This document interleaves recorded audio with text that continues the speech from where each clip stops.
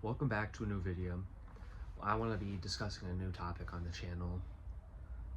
It's going to be the issues on how popular songs in modern music have been super lackluster, had no real substance to it. It's been depressing, and why it's become such an issue for us as the listener and the people who've been listening to it. There's 3 different parts that I'd like to cover in this. I'll be bringing up the statistics of it,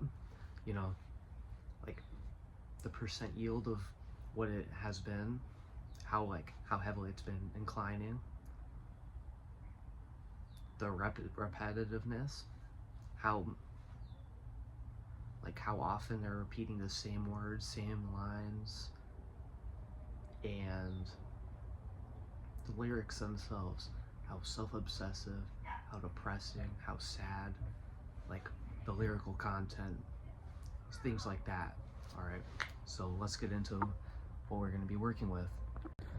Alright, so basically for every single one of these, I'm going to show on the screen where I got it from and what the part of the articles that I pulled for said video. I'm going to show each line that I'm reading on the screen so you can see who, and I'm going to tell you who wrote it, everything. Alright, so my first one is from Leffer in the 4th paragraph. It is saying that the researchers discovered that the ratio of repeated to non-repeated lyrics has ticked up across genres over the years recently, nearly doubling for pop songs and rising even more rapidly for rap music. The ratio of choruses to other songs sections rose as well, which really to me speaks out saying that as how much songs more recently have been a lot less.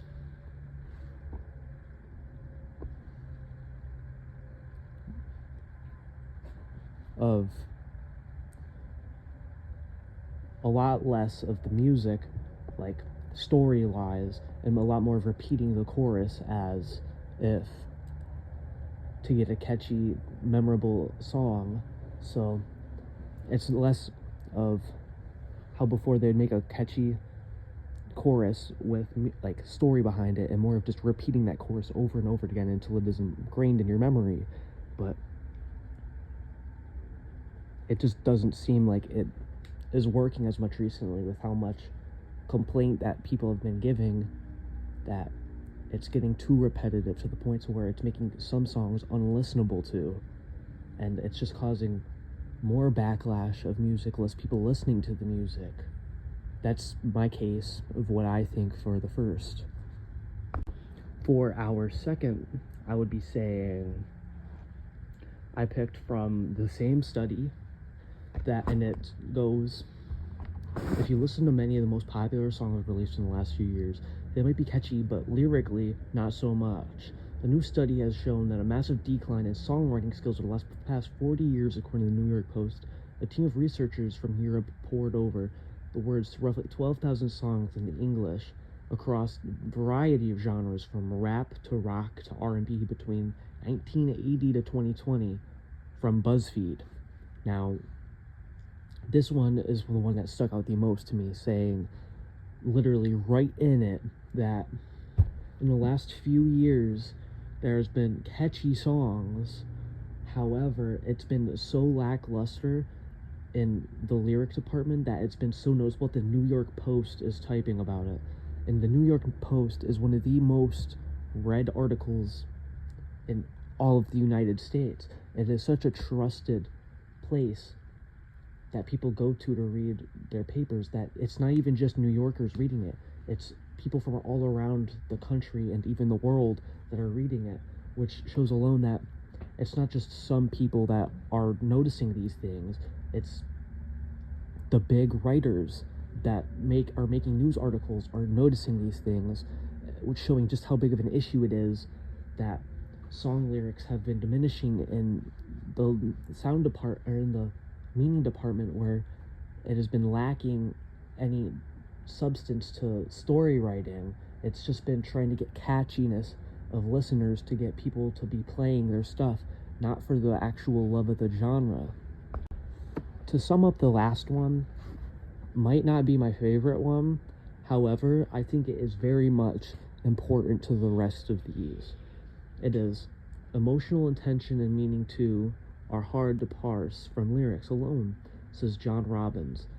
As independent popular music and philosophy scholar, James points out that slang terms such as slay might appear angry or violent in an automated assessment, but actually convey a positive or emotional meaning, which can be not just shown in music, but in real life, of how new slang terms can easily be derived, aren't as easily derived from their past meanings, like the term slay, as it is now a popular positive term as somebody doing something good.